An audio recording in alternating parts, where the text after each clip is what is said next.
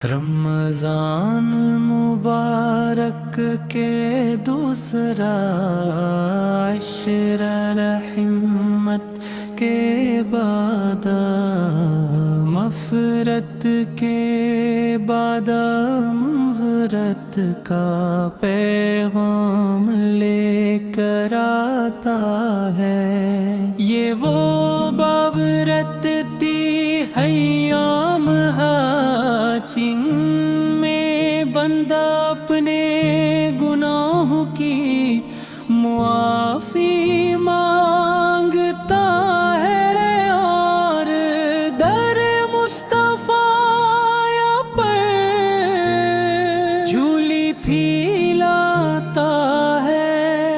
اسی مبارک نسبت سے یہ نعت رسول مقبولی پیش خدمت ہے۔ یا رسول اللہ، رمضان کی نورانی ساعتوں میں جب سحر کی ٹھنڈی ہوائیں چلتی ہیں اور آسمان پر رحمتوں کی برسات ہوتی ہے، دل بے اختیار پہ یاد میں ڈوب جاتا ہے۔ یہ مہینہ آپ ہی کی امت کے لیے تحفہ خداوندی ہے۔ آپ نے ہمیں روزے کی فضیلت بتائی، تراویح کا ذوق دیا اور شب قدر کی تلاش سکھائی۔ دوسرے عشرے کی ساعتیں ہمیں مغفرت کی صدا دیتی ہے۔ استغفر اللہ ربی من کل ذنب واتوب الیہ کی صدائیں گونجتی ہیں تو دل میں آپ کی سمت توبہ یاد آتی ہے۔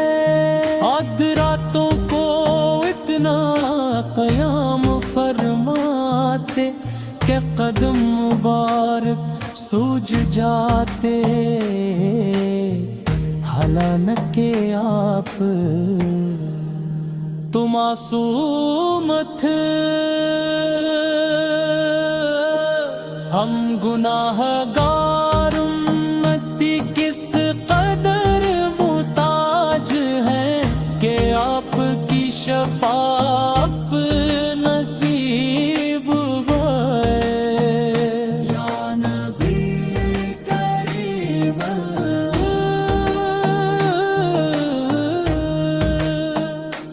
رمضان کے اس دوسرے عشرے میں جب بندہ سجدے میں گرتا ہے تو آپ کی ہو تعلیم یاد آتی ہے کہ اللہ اپنے بندے سے ستر ماؤں سے زیادہ محبت کرتا ہے۔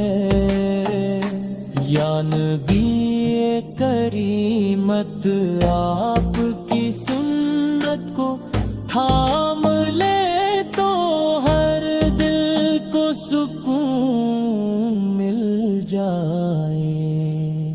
مدینے کی گلیوں کا تصور آتے ہی آنکھیں نم ہو جاتی ہیں۔ وہی مدینہ جہاں اپنے صبر عفو اور در گزر کا عملی نمونہ پیش